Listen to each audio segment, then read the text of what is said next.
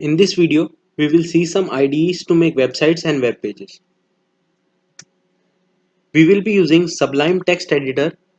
This text editor is most widely used text editor and can be downloaded from the site given below in the description. When you will click the link that is provided in the description, you will see the site of Sublime Text Editor as you can see on the screen now, and from here you can download it. Other than Sublime, there are many text editors and IDEs that you can use. For example, Visual Studio Code, Code Blocks, Eclipse, etc. But I will be preferring Sublime because it's easy to use and it's free. In the next video, we will be starting with HTML and HTML tags. Thank you for joining us.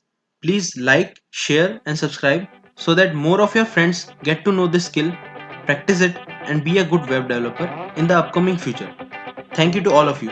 Stay tuned.